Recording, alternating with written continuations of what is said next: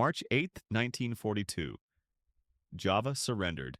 The Dutch expected brutality. They found it. But they also found something impossible. They found a can of corned beef on a dirt floor. The air in the Chimahi prisoner of war camp was a thick stew of humidity, despair, and the sweet, sickly smell of dysentery. Defeat was absolute. Surrender was a ragged, shameful memory. Now there was only this: barbed wire, the relentless sun, the gnawing emptiness in the belly that became a man's entire world. 27-year-old Sergeant Willem de Groot, an artilleryman from Groningen who once dreamed of building bridges, now spent his days counting his own ribs. He watched the Japanese guards. He learned their rhythms, their tempers, their capacity for casual violence. He knew which ones would strike with a rifle butt for a perceived slight, and which ones would simply stare with a cold, impenetrable contempt. He knew the sounds of suffering. He knew the taste of boiled grass. He did not know the sight of a Japanese soldier, a man they called Ishi-san, silently placing a small, familiar loaf of white bread next to his sleeping mat before morning roll call. He just stared. He did not touch it. Not at first. It felt like a trap, a trick, a new and exquisitely cruel form of torture. But it happened again, and again. The story started as whispers in the latrine queues, faint as a fever dream. Nobody believed them, but the evidence was overwhelming. A corporal in Barracks 4 claimed he was given a piece of Edam cheese. A lieutenant delirious with malaria swore a guard had slipped him a boiled potato. Lies, they said. Hallucinations brought on by hunger. The mind playing tricks to stave off the final darkness. It had to be.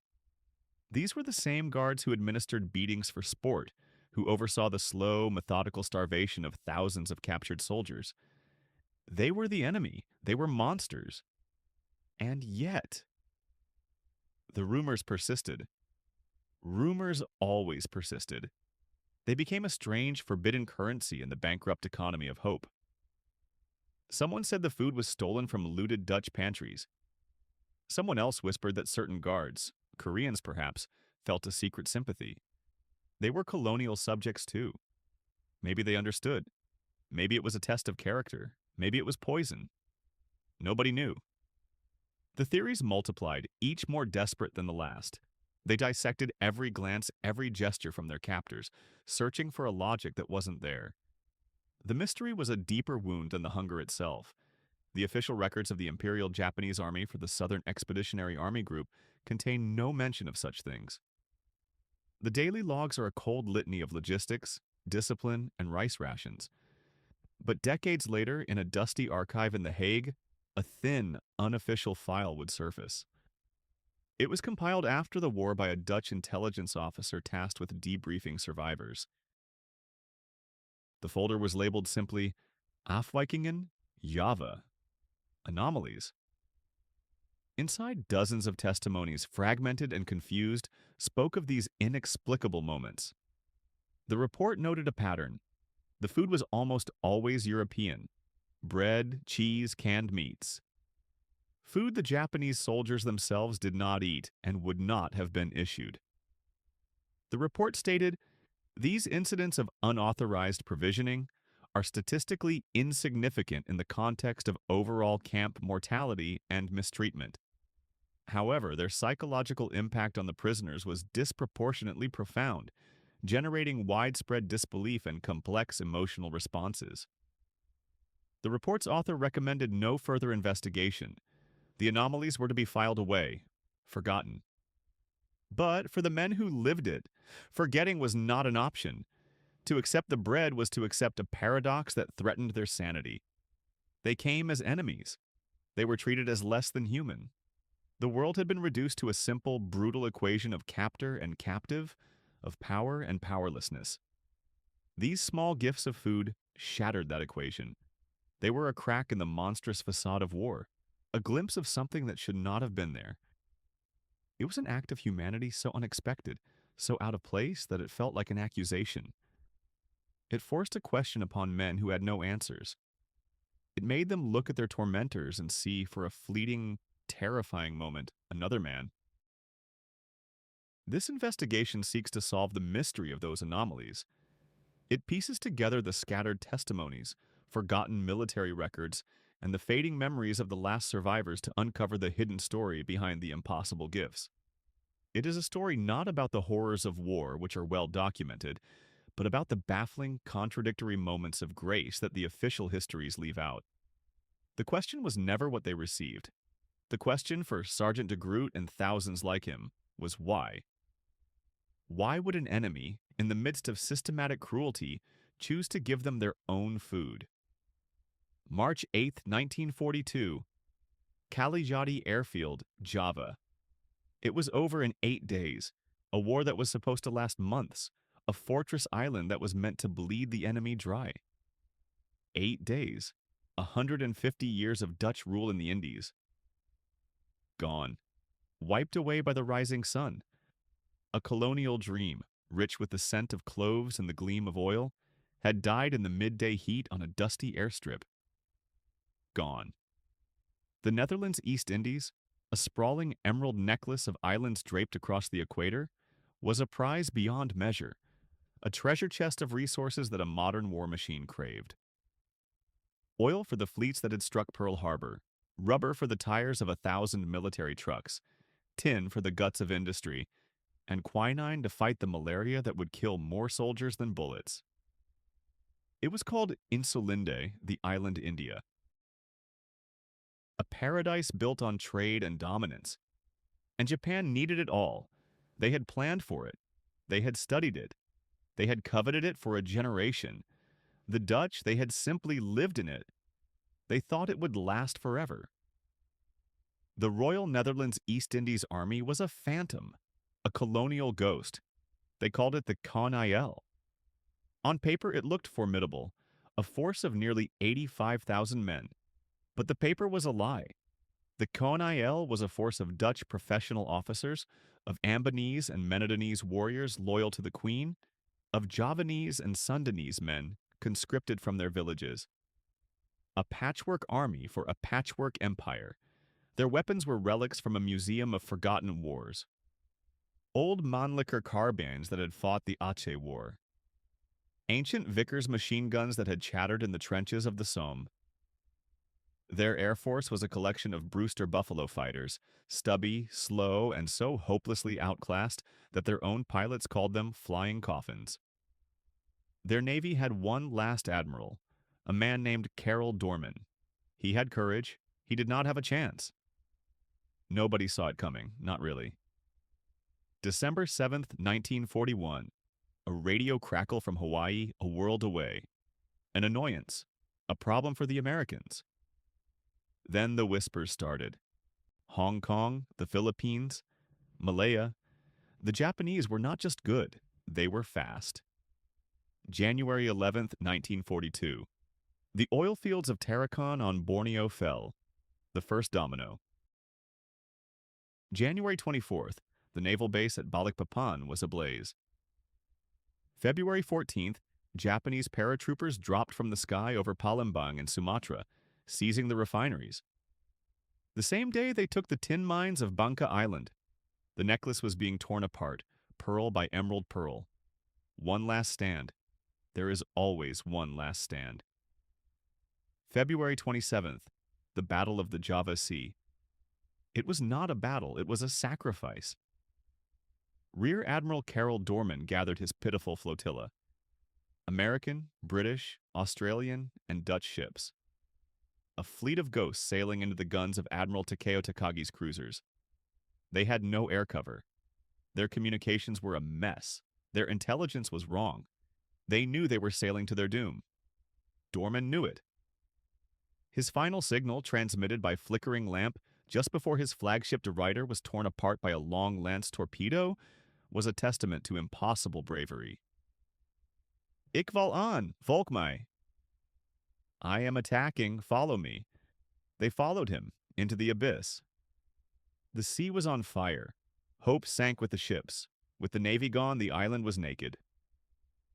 On March 1st, the Japanese 16th Army under Lieutenant General Hitoshi Imamura landed. 3 separate beachheads. Kragen, Araton Wetan, Merak. The KNIL units fought, broke, and scattered. Chaos reigned. Bandoeng, the military headquarters, became a city of rumor and panic. The order to surrender came from General Heinter Porten at 2 o'clock in the afternoon on March 8th. Unconditional. There were no other terms left to offer. An old, forbidden photograph shows the scene. Not a painting, but a crude sketch, hidden for years inside a Dutch family Bible, drawn from memory by a junior officer who was there. It depicts the surrender at the Kalijati airfield. The composition is brutal in its simplicity. General Ter Porten and his staff, their white uniforms stained with sweat and dirt, their shoulders slumped in the crushing humidity. Across a simple wooden table sits Imamura, immaculate in his field uniform, a sheathed katana resting beside him. He is not gloating, he is simply correct. Correct and in command. All around them, the silence. The silence of absolute defeat. The hum of flies. The distant rumble of Japanese trucks already fanning out across the island, mopping up the last pockets of a broken army. Then the counting began. The great roundup. It wasn't 3,000 men, it was tens of thousands. 42,000 Allied troops on Java alone. 42,000 men who had woken up free and would go to sleep as property of the Emperor. The vast majority were Dutch and KNIL soldiers, but there were others. British airmen shot down in the frantic final days. Australian infantrymen, the veterans of Black Force One who had fought to the last bullet. American sailors, survivors of the sunken cruiser USS Houston, who had washed ashore only to be captured. 42,000, say it again, 42,000. A city of prisoners, created in a week. The internment began immediately. There were no camps ready, not proper ones. They were herded into anything with a wall and a gate. The Chideng Women's Camp in Batavia, the 15th Depot Battalion Barracks at Bandoeng, bicycle factories, convention halls, old schools where Dutch children had once learned their letters. The initial days were a blur of confusion and shock. The guards were not the disciplined Japanese soldiers who had accepted their surrender. They were different. They were Korean auxiliaries mostly. Men who had been brutalized themselves now given power over the former masters of Asia. They carried rifles, but they preferred bamboo sticks. The whispers started in the latrine lines over the first meager meals of watery rice. Rumors flew like mosquitoes in the dusk. Someone said they were being registered for work on a railway through the jungle. Someone else had heard they were being shipped to the coal mines in Japan. They took everything: watches, wedding rings, photographs of wives and children. A man was beaten senseless for trying to hide a fountain pen. That was the new currency. Pain, humiliation, fear. But the official records, the documents captured by Allied intelligence years later, tell a different story. The folders stamped with the red chop of the Kempeitai, the Japanese military police.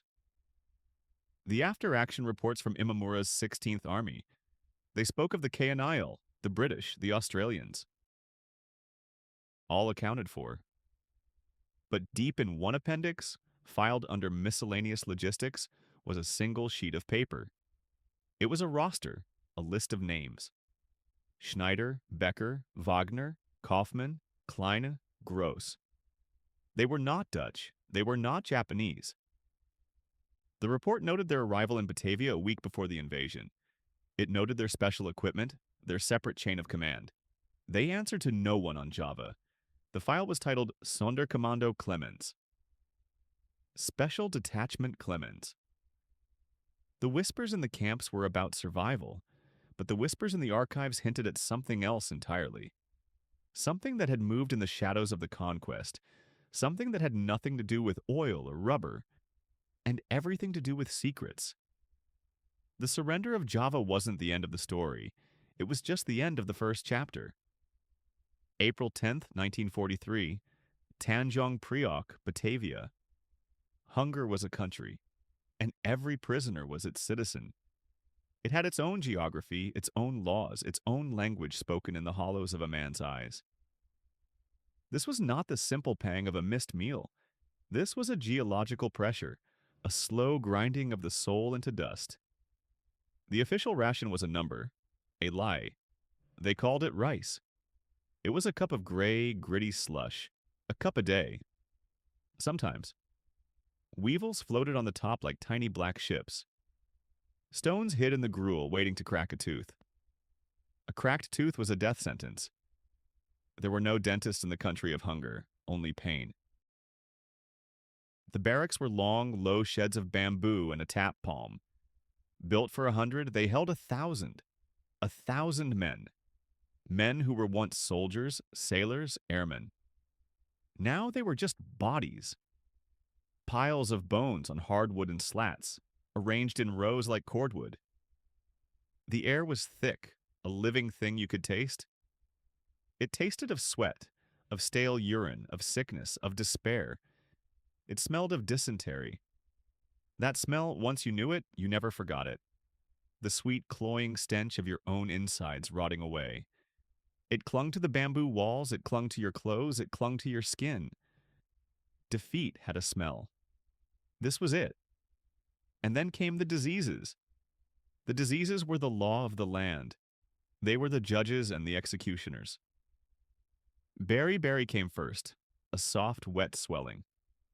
Your legs would bloat, your ankles disappearing into puffy, waterlogged limbs that retained the impression of a thumb for long, slow seconds.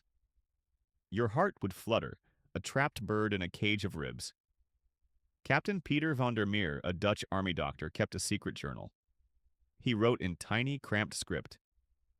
Niacin deficiency, he wrote. Thiamine. B1. They are dying for the lack of a vitamin. A simple vitamin. He knew, they all knew, but knowledge was useless here. Then came pellagra, the disease of the 4 Ds. Dermatitis, diarrhea, dementia, death. Skin peeled off in red, raw patches. The mind frayed, turning to static. Men would whisper to themselves for hours, their eyes wide with a terror no one else could see. They saw things, horrors crawling on the walls. The guards were the wardens of this country, the Kempe Tai. They moved with a rigid, insect-like purpose. There was Sergeant Watanabe, the man they called the eunuch for his high-pitched, giggling laugh that always preceded a beating. He was a master of the tenko, the morning roll call, hours in the blazing sun, standing at attention. If a man swayed, if a man fainted from heat and starvation, that was an insult, a grave insult. The punishment was immediate, a rifle butt to the kidneys, a split bamboo cane across the back, the water cure, a hose forced down the throat until the stomach was a tight, screaming drum, then a boot in the belly. Cruelty was not a tool for them. It was an art form. It was a philosophy. They beat men for not bowing correctly, for looking at them too long, for not looking at them at all. Watanabe, Ishida, Tanaka, Saito, Moriyama, Kobayashi. The names were a litany of pain, and always the hunger. Some tried to fight it. They tried to bargain with it. A black market flickered in the corners of the camp, a desperate, pathetic commerce of ghosts. A wedding ring for a single duck egg, a gold watch, a family heirloom for a handful of moldy peanuts. The currency was not the worthless Japanese-issued guilder. The currency was memory. It was hope. You sold a piece of your past for a few more hours of the present. There was a canteen. Sometimes. It sold watery coffee and small, hard biscuits at prices that mocked them. The guards ran it. Of course they did. All the real food, the Red Cross parcels they saw arriving in trucks, vanished. The parcels went into the Japanese storehouses. The prisoners saw the labels.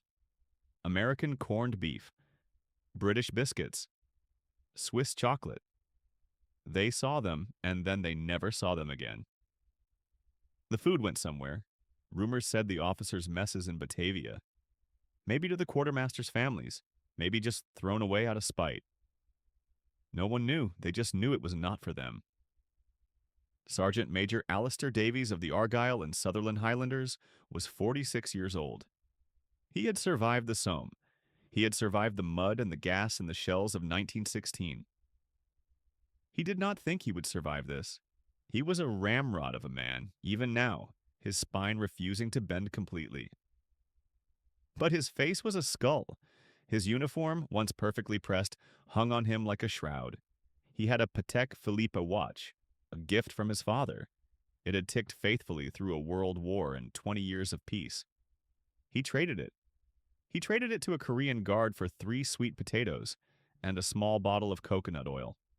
Not for himself. For a boy in his platoon, a 20-year-old named Evans. Private Evans. The boy had pellagra. He was going mad. Davies mashed the potato into a pulp and forced it into the boy's mouth, rubbing the oil on his cracked, bleeding skin. An act of defiance. An act of utter, hopeless humanity. There were whispers. Strange whispers. A guard, a young corporal named Kenji, who sometimes looked away during the beatings, who once, they swore, left a half-smoked cigarette on a fence post and walked away without looking back. An accident. Or something else. To believe it was a gift was a danger. Hope was the most dangerous contraband of all. It could get you killed faster than dysentery. It made you weak. It made you careless. They remembered the stories from the first weeks of captivity, the impossible tales of a can of corned beef found on a dirt floor. It seemed like a story from another life now, a fairy tale. A cruel joke. The memory of food was a new kind of torture, sharper than any bamboo cane. Then one morning, they found Private Evans. He was sitting with his back against the sun-baked wall of the barracks, facing the rising sun. He was smiling, a wide, vacant smile. His eyes were clear for the first time in weeks. In his hand, clutched so tightly the knuckles were bone-white, was a single smooth gray stone, worn slick by the river. He had been trying to eat it. September 3rd, 1943. Songkrai Camp, Thailand-Burma Railway. A man could be executed for a single grain of rice. Not for stealing it, for giving it away. That was the law. Unwritten, but absolute. A law of iron and hunger. Lieutenant Jan de Vries saw it. He thought it was a hallucination, a fever dream brought on by the dysentery that was slowly dissolving him from the inside out. Through the splintered bamboo of the cage they called a barracks, a hand appeared. A Japanese hand, holding a small, perfectly formed ball of white rice. It was not the gray, watery gruel, the foul-smelling daikon soup that kept them barely alive. This was real food. Soldier's food. The hand belonged to a guard, a corporal. They said he was from Kyushu. He was short, wiry, with a missing front tooth that made him look younger than his 20 years. He never smiled. He never spoke. He just watched. The hand pushed through the bars. The rice ball, warm and heavy, was slipped into de Vries's waiting palm. It felt like a sacrament. He stared at it. White. Steamed. Each grain distinct. It was an impossible object in this world of mud and death. A world of bamboo, cholera, beatings, and the endless rhythmic clang of hammers on steel rails. Clang, clang, clang. The sound of men dying. He ate it, alone in the dark, hiding from the others. He ate it one grain at a time. The taste was overwhelming. It was the taste of memory. Of restaurants in Batavia, of his mother's kitchen, of a life that no longer existed. It was not just food. It was a message. A message from a world he thought was dead. A world where one man might give another man something for no reason at all. This was the core. The central, maddening paradox. The Japanese were starving too. Their supply lines were a joke, stretched thin across a continent at war. They died of the same diseases, their bodies swelling with beriberi, their skin turning yellow from malaria. The jungle consumed them all. Japanese, Dutch, British, Australian. The jungle did not care. So why? Why give away a mouthful of life? It happened more than once. The whispers traveled up and down the railway line, like a ghost story, from Konyu to Hintok, from Tamarkan to Chungkai. a can of fish left on a path, a sweet potato tossed over a fence at night, a cigarette butt still lit, dropped accidentally near a work party of skeletal men. Small acts, tiny rebellions against an entire universe of cruelty. De Vries, Bakker, van der Meer, Janssen. They saw it. They benefited. They never spoke of it. To speak of it was to make it real, and to make it real was to invite destruction. In a hidden sketchbook, a Dutch artist named Peter Voss captured the moment. A charcoal sketch done on stolen packing paper. The guard's face is in shadow, a featureless silhouette. The prisoner's is all astonishment, all skeletal hope, his eyes wide in a skull-like face. The hand, the rice, the bamboo bars. The sketch was labeled simply Paradox. The sketchbook was buried in a tin box, a secret testament. A testament to the impossible. The question echoed in the barracks. 1,000 nights, 1,000 empty stomachs. Why? Some said it was pity. A simple human spark that even the Imperial Army's brutal indoctrination could not extinguish. A man seeing a walking skeleton and feeling something. Others whispered of something stranger. A recognition. As if the guard, a farmer's son from Kyushu, saw in the Dutch engineer not an enemy, but another man who understood order, another man far from home. A shared, unspoken culture of rice. A recognition of a fallen master, perhaps. A foolish thought, a dangerous thought. Then came the screams. It started on a Tuesday.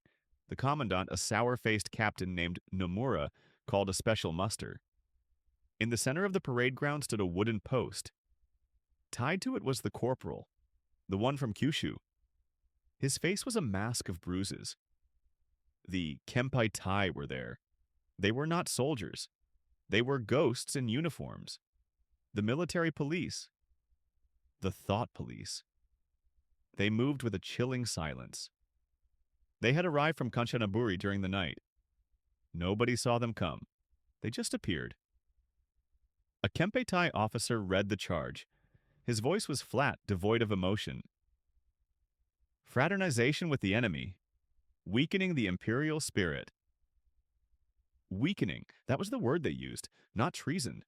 Not betrayal. Weakening. The ultimate sin. The beating was methodical.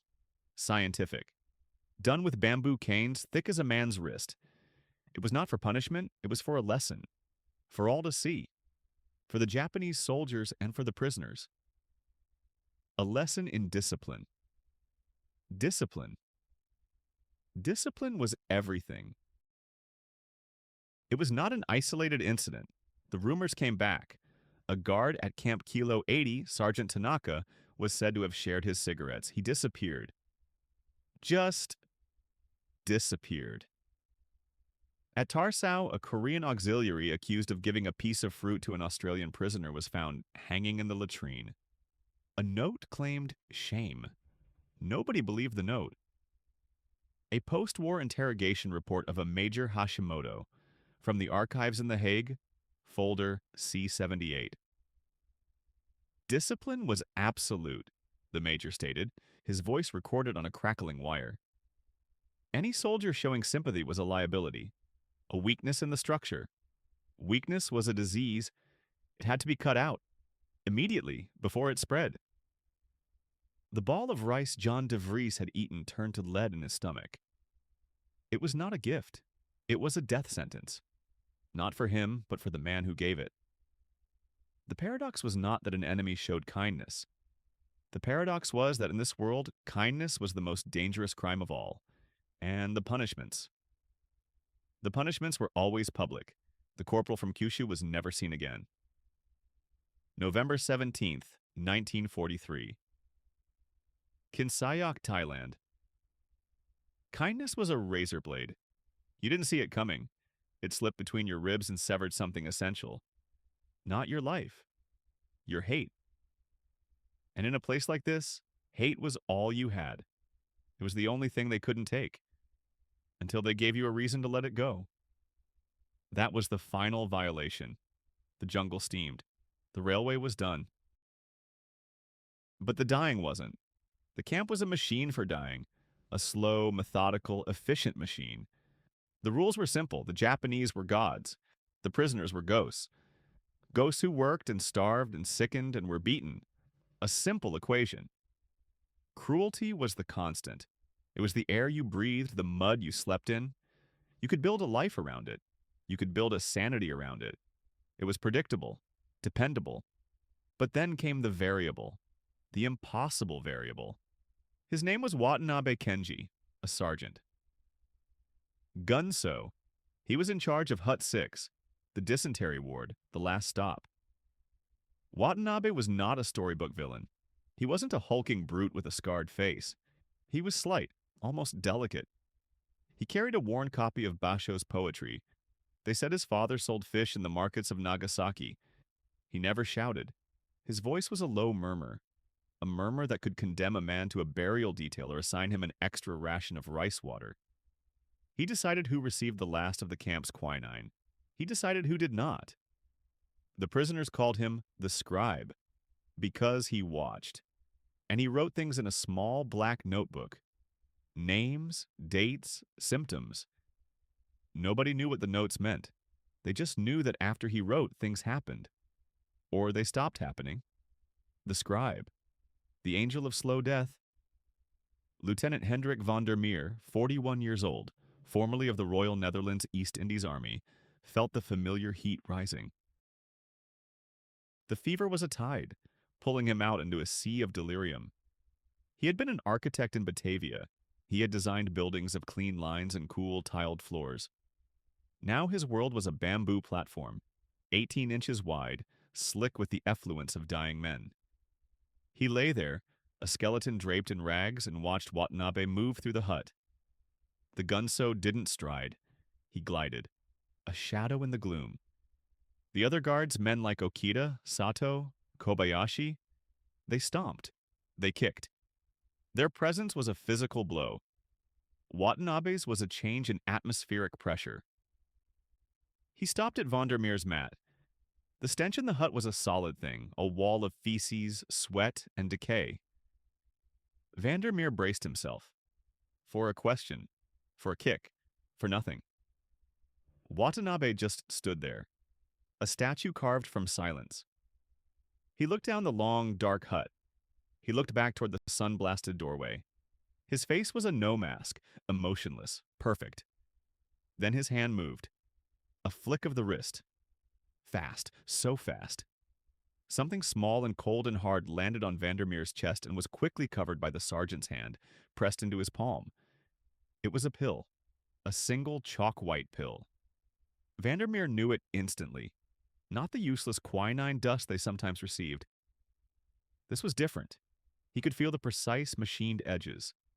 Sulfa, from the Japanese officer's own medical stores. A myth, a legend, a miracle. As Watanabe's hand withdrew, his fingers brushed van der Meer's. The touch was brief. Impersonal. And yet it was the first human touch he had felt in a year that was not a blow. Watanabe's eyes met his for a single, impossible second. Then he turned and glided away. The next morning. Tenko. Roll call. The sun was a hammer. Sergeant Watanabe Kenji was the supervising officer. His face was the same mask. A Dutch private, a boy from Utrecht named Janssen, swayed on his feet. Malaria shakes. The boy tried to steady himself. He failed. Watanabe was across the parade ground in 3 long strides. The boot went in, hard, to the boy's stomach. Johnson folded. A second kick caught him in the face. Blood sprayed. Watanabe screamed, a high, piercing shriek that was nothing like his usual murmur. He screamed about discipline, about honor, about the weakness of the white race. He beat the boy until 2 other prisoners had to carry him away. It was Watanabe, the same man, the very same man. How? The question echoed in the skulls of every man who had witnessed both acts. The secret pill. The public beating. Which was the truth? Which was the lie? This was the razor blade, The kindness made the cruelty incomprehensible. A simple beating from a brute like Sato was just a fact of life. You endured it. You hated him for it. But a beating from the man who had secretly saved your life? It shattered your world. It introduced chaos into the one system that had been, until then, hideously orderly. It made you doubt your own hatred. It forced you to see a man where before there had only been a monster. And this doubt, this flicker of shared humanity, was a torture more exquisite than any bamboo cane. It gave you hope. And hope was the most dangerous contraband in the entire Greater East Asia co-prosperity sphere. Hope was a sickness. The whispers started. They always did. It wasn't just Watanabe. There were other cracks in the wall, tiny hairline fractures. Private de Groot, a farmer from Groningen, told a story in a hushed voice late at night. He swore a Korean guard, a conscript named Choi with sad eyes, had found him behind the kitchens, trying to steal potato peels. Choi had looked at him. Then he had pulled a single crushed cigarette from his pocket, lit it, and passed it to de Groot. They smoked it in silence, 2 puffs each. Then Choi had pointed back toward the barracks and walked away. A ghost story. Captain Bakker had another. He had a small map of Burma, drawn on a piece of stolen paper. During a surprise inspection, the guard, a young corporal named Ito, had picked up the rolled-up map. He looked at it. He looked at Bakker. He put it back down and reported the barracks clear. He saw it. Bakker knew he saw it. Everyone knew. Were they real, these moments? Or were they hallucinations born of starvation and despair? In a post-war debriefing, file C-1138 of the Netherlands War Crimes Commission, Hendrik van der Meer stated, "The acts of kindness were the most disorienting aspect of our captivity. A beating was honest. You knew where you stood. But the quiet generosities? They made you feel like a man again. And to feel like a man in that place was to be in mortal danger." The file was thin. The testimonies were few. But they were there, inked onto dry official paper. Visser, de Groot, Bakker, van der Meer. The stories were real. They were all real. Think of it. A sketch captured not on paper but in the acid of memory. The hut, a cage of shadows and light. The reek of death. One man standing, a sword at his hip, his face a void. Another man lying, a living corpse, his eyes wide with fever. The silent offering, the forbidden contact. Not a drama between hero and villain, but a tense, terrifying transaction between 2 human beings, both trapped in the same machine, both risking everything for a gesture that meant nothing. And everything. For a moment, they were not guard and prisoner. They were just 2 men. And that was the most shocking thing of all. This moment became the new center of van der Meer's universe. He replayed it. He dissected it. He searched for motive. Was it pity? Contempt? A private rebellion, or was it a game? A new and terrible experiment? The not knowing. The not knowing was the worst part. 2 weeks passed. The jungle was quiet. Watanabe was a ghost again. A silent observer. A scribe. Then on December 1st, 1943, a truck arrived. It carried new men, British soldiers captured in Singapore. They were not ghosts yet, but they were close. As they were herded from the truck, one of them, a boy no older than 17, stumbled and fell. He did not get up. Sergeant Watanabe Kenji was the officer on duty. He walked over to the fallen boy. The camp fell silent. Absolutely silent. He did not shout. He did not kick. He calmly drew his Nambu pistol from its holster. The sound of the shot was small and flat in the humid air. He shot the boy in the back of the head. He did not flinch. He holstered his weapon. Then he turned. He scanned the faces of the assembled Dutch officers. His eyes, black and empty, found and locked with Hendrik van der Meer's. For a long, silent moment, he just stared. His face was the mask. The perfect, unreadable mask. He had given a life.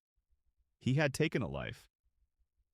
The equation was balanced, and the question hung in the air, heavier than the smoke from his pistol. Who are you? Who are you? What is more powerful, the logic of war or a single illogical act of mercy?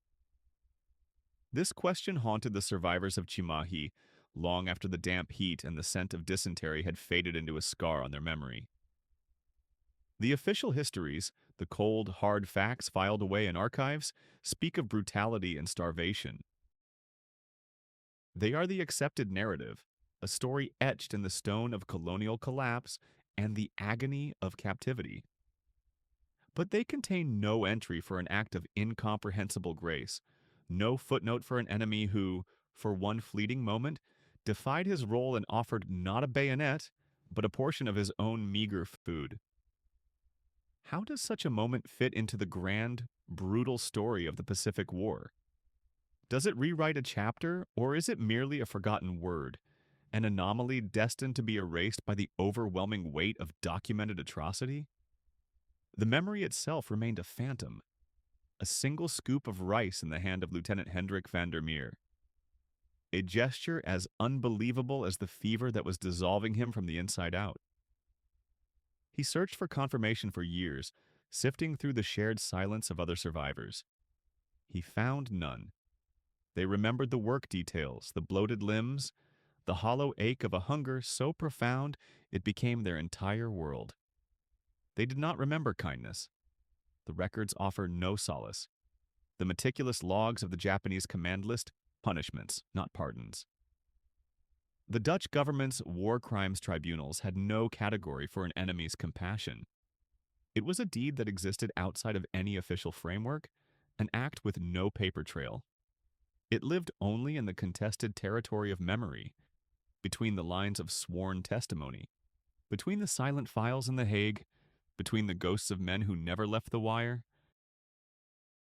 The truth remained somewhere in that suffocating space, a whisper in a hurricane of pain. War draws simple lines. Us versus them. Good versus evil. Ally versus enemy. These are the lines found in history books. They are the lines drawn on maps. They are the lines that justify killing. But humanity is not a simple line. It is a messy, unpredictable, and often contradictory force. It exists in the moments between orders, in the spaces between ideologies. The story of war is always a story of systems.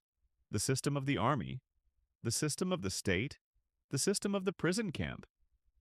These systems are designed to erase the individual, to turn a man into a soldier, a prisoner, a number. They demand obedience to a larger, colder logic. Yet the most profound stories of war are not about the systems. They are about the moments the systems failed. The moments a man was not a guard, but just a man. The moments a prisoner was not an enemy, but just a fellow human being. These moments are not history. They are something more. They are the cracks in the great, terrible machine. Not material abundance. An abundance of spirit. An abundance of humanity. The Dutch POWs who entered Chimahi came as warriors of a fallen empire. They learned the brutal language of survival. They learned the anatomy of hatred. They learned that an enemy was a figure without a face, an instrument of their suffering. But what did that one outstretched hand teach them? What did van der Meer truly see? We search for grand truths in the wreckage of history, for patterns and lessons that can guide us.